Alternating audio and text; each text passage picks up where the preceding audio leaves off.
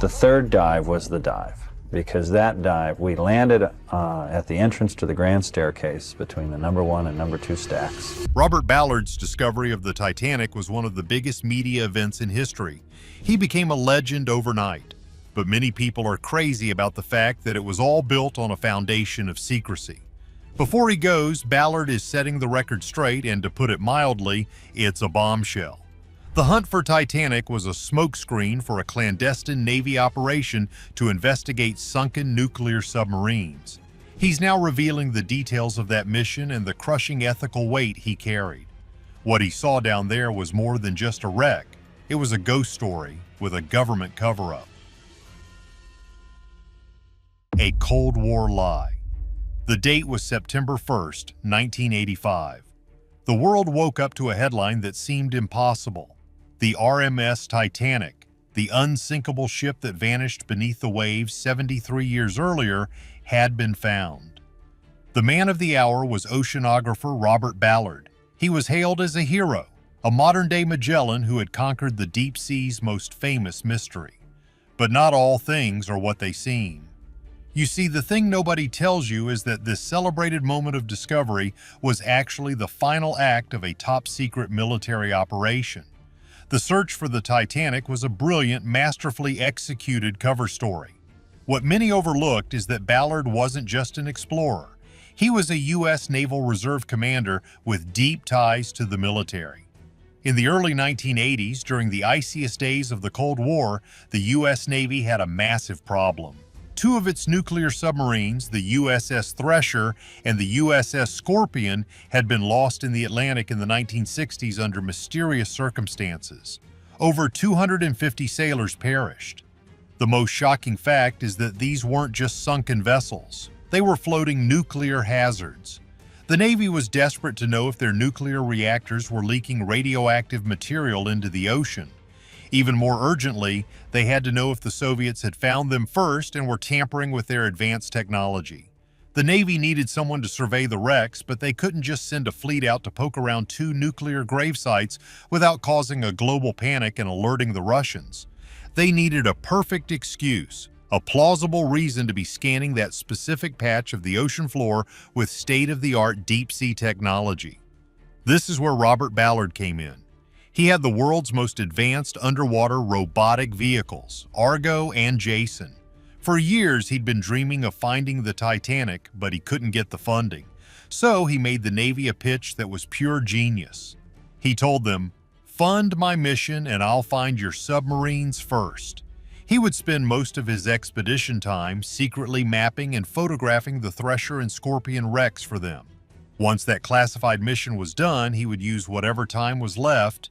He calculated he'd have about 12 days to search for the Titanic, which happened to be located between the 2 submarine sites. If he found it, the media frenzy would be so enormous that no one would ever ask what else he was doing out there. The Titanic would become the ultimate smokescreen. It was a massive gamble. The Navy agreed. The mission was a go, but on one condition. The submarine search was the priority. The Titanic was just a maybe if he had time. What the public saw was a quest for history. What was really happening was a high-stakes Cold War espionage mission. Ballard wasn't just chasing a ghost ship, he was shielding one of America's darkest nuclear secrets. So when those first ghostly images of the Titanic's bow appeared on the monitors, it wasn't just a moment of discovery. It was the moment a secret mission succeeded beyond anyone's wildest dreams. Ballard got his historic find and the Navy got its classified data.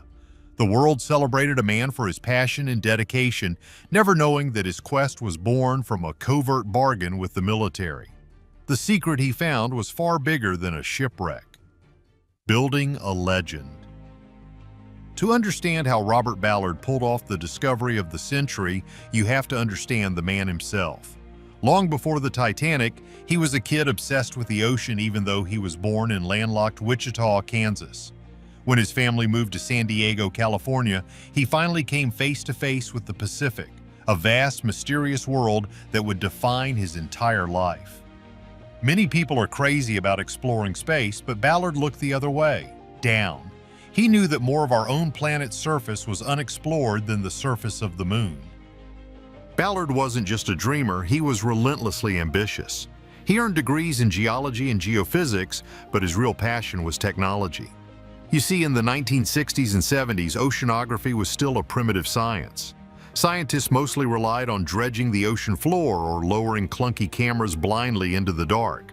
Ballard thought this was ridiculous. He wanted to go there to see the abyss with his own eyes, or at least through the eyes of a robot. He became a pioneer in developing remotely operated vehicles, or ROVs, underwater drones that could withstand the crushing pressure of the deep sea, which at the depth of the Titanic is nearly 6,000 pounds per square inch. He spent years at the Woods Hole Oceanographic Institution building and perfecting his robotic explorers.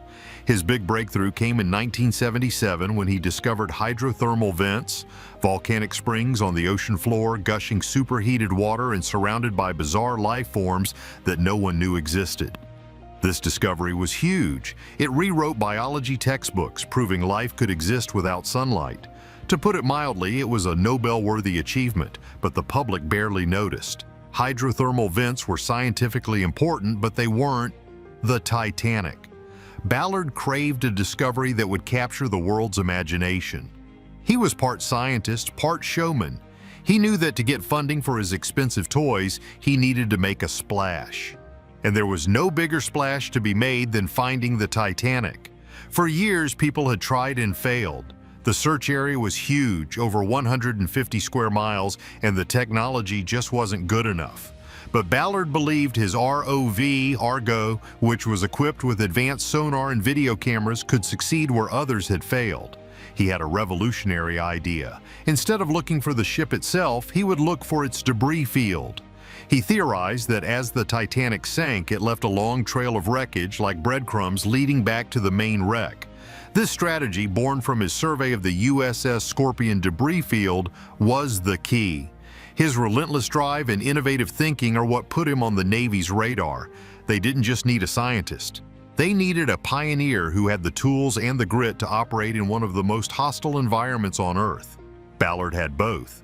He had the vision, the technology, and the unshakable confidence that he could find anything in the abyss. The Navy wasn't just funding an oceanographer. They were investing in a man who had spent his entire life preparing for this one secret moment.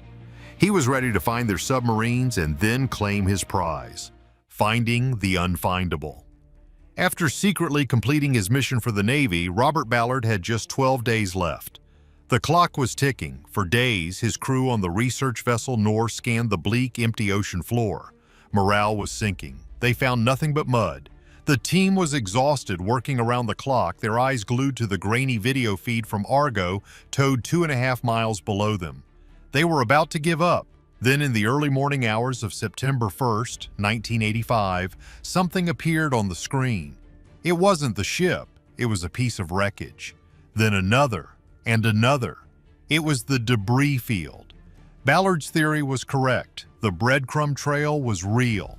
A jolt of electricity shot through the control room. Everyone was wide awake now, hearts pounding. They followed the trail. Then a massive dark shape began to materialize out of the gloom. It was one of the Titanic's enormous boilers. There was no doubt anymore, they had found it. The control room erupted, not in loud cheers, but in a kind of stunned, somber silence. They were staring at a ghost. As they guided Argo over the wreck, the iconic form of the bow emerged from the darkness. It was one of the most haunting images ever captured. The ship was sitting upright on the ocean floor, its railings eerily intact, looking like a phantom vessel sailing through an eternal night. But the most shocking fact for Ballard wasn't the ship's grandeur, but the small human details. He saw unbroken portholes, chandeliers still hanging inside, and then the shoes. Dozens of pairs of leather shoes, perfectly preserved in the cold, oxygen-poor water, were scattered across the seabed. He saw a mother's shoes next to a child's. They were lying exactly where the victims' bodies had come to rest before being consumed by the ocean. This is what Ballard really found. Not treasure, not a prize, but a human graveyard. He was so moved by the sight that he made a decision on the spot. He would not photograph or publicize these specific remains. He felt it would be a grotesque invasion of privacy, a desecration of a sacred site. To him, the shoes were tombstones. He told his crew that they were the first people to see the Titanic in 73 years, and it was their duty to be respectful. He placed a plaque from the Explorers Club on the ship's stern, officially marking it as a memorial. This is the part of the story that often gets lost in the excitement of the discovery. Ballard's initial experience wasn't one of triumph, but of profound sadness and responsibility. He had found the legendary ship, but he had also stumbled upon an underwater cemetery. He chose to edit the story for the public, showing them the majestic ghost ship, but shielding them from the raw, heartbreaking evidence of the human lives lost. What many overlooked is that this decision would later fuel controversy, as others accused him of trying to control the narrative. But for Ballard, in that moment, it was about one thing: honoring the dead. He knew his discovery would change the world, but he also knew it came with a heavy burden. Exploitation or education? The news of the discovery sparked a global phenomenon: Titanic mania. The world went crazy for the lost ship. Ballard became an international celebrity overnight. National Geographic, which had helped fund the expedition, put his story on its cover, and their television special became one of the highest-rated documentaries in history. But the thing nobody tells you is that with fame came a firestorm of controversy. Ballard had opened Pandora's box, and he quickly lost control of what came out. Ballard's position was firm. The Titanic was a memorial and should be left untouched. He fought for international agreements to protect the site from treasure hunters. But the lure of the wreck was too strong. Almost immediately, other expeditions were launched, not for science, but for profit. Salvage companies saw the Titanic not as a gravesite, but as a sunken treasure chest filled with priceless artifacts. A legal battle erupted over who owned the wreck. The salvagers eventually won the rights and began pulling up thousands of items: china plates, silverware, luggage, even a massive 17-ton section of the hull. Ballard was horrified. He publicly condemned these efforts as grave robbing.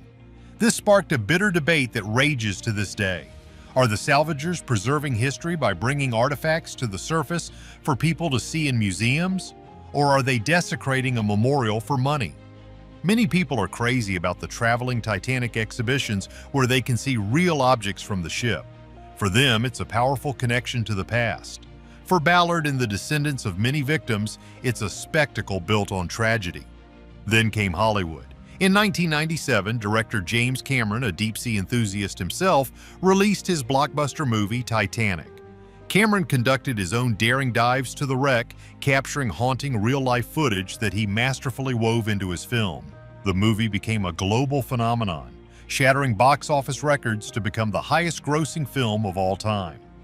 Its epic story of Jack and Rose completely redefined the Titanic for a new generation of moviegoers. Suddenly, the historical event wasn't just a naval tragedy. It was the dramatic backdrop for one of the greatest love stories ever told on screen. To put it mildly, this complicated Ballard's legacy immensely. On one hand, Cameron's movie ensured that the Titanic would never be forgotten, cementing its place in the heart of modern culture for decades to come. On the other hand, it undeniably romanticized the tragedy, turning a real-life disaster that claimed over 1,500 lives into a pop culture sensation fueled by celebrity and fiction. Ballard personally appreciated the film's stunning technical accuracy and attention to detail, but he was deeply uneasy with how its powerful fictional narrative overshadowed the real, somber story of the wreck itself. The world was now in love with a Hollywood version of the event he had so respectfully uncovered. He had found a sacred underwater graveyard, and in his eyes, it had been turned into a blockbuster date-night movie. So, was Ballard a hero who used a secret mission for the greater good, or a master manipulator? Let us know your thoughts below. Don't forget to like and subscribe for more hidden histories.